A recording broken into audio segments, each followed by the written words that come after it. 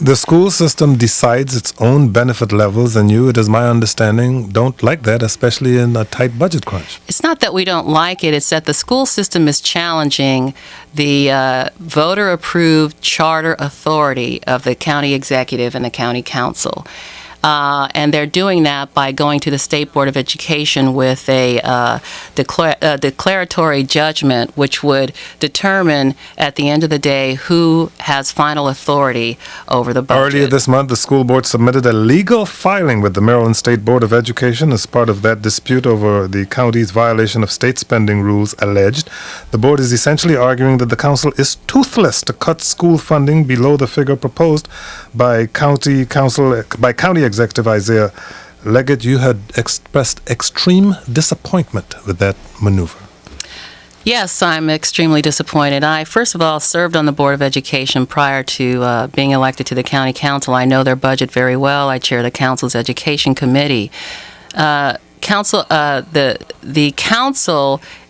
is in a position right now to fund a budget under some very difficult constraints.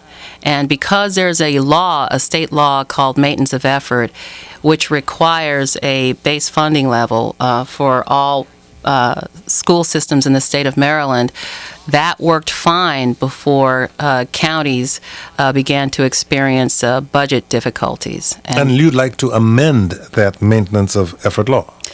We would like to change it. We would like to amend it because we are not opposed to the intent of the law, which is the intent of the law is to require local funding to be at a certain level. But what's happened is that the school system's budget continues to grow, and it's growing based on the fact that in Montgomery County, our school system has grown about 6,000 students over the last 4 years. So every time you get more students, you're going to pay more money. So you have a budget that's about 57% school system, and the rest of the budget is being constrained.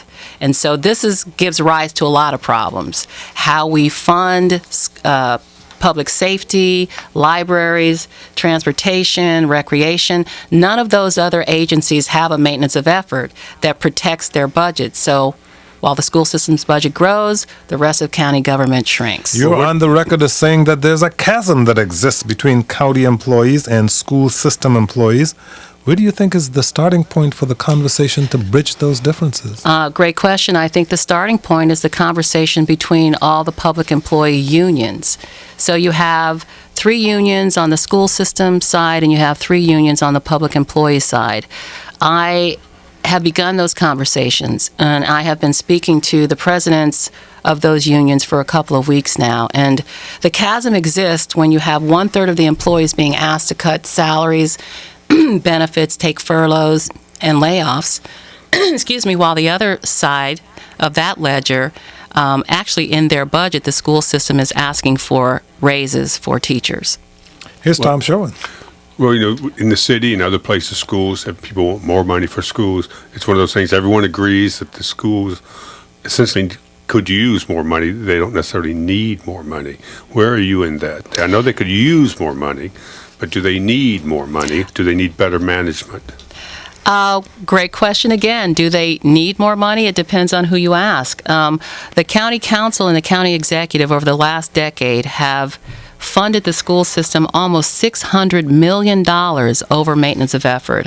And we believe that we have indicated our desire to continue to support the school system when we can. We're in a situation right now where it's almost impossible for us to continue to fund it at the level that we've been funding it. People may not realize how big the system is. How many students are in the Montgomery County school system? About 159,000.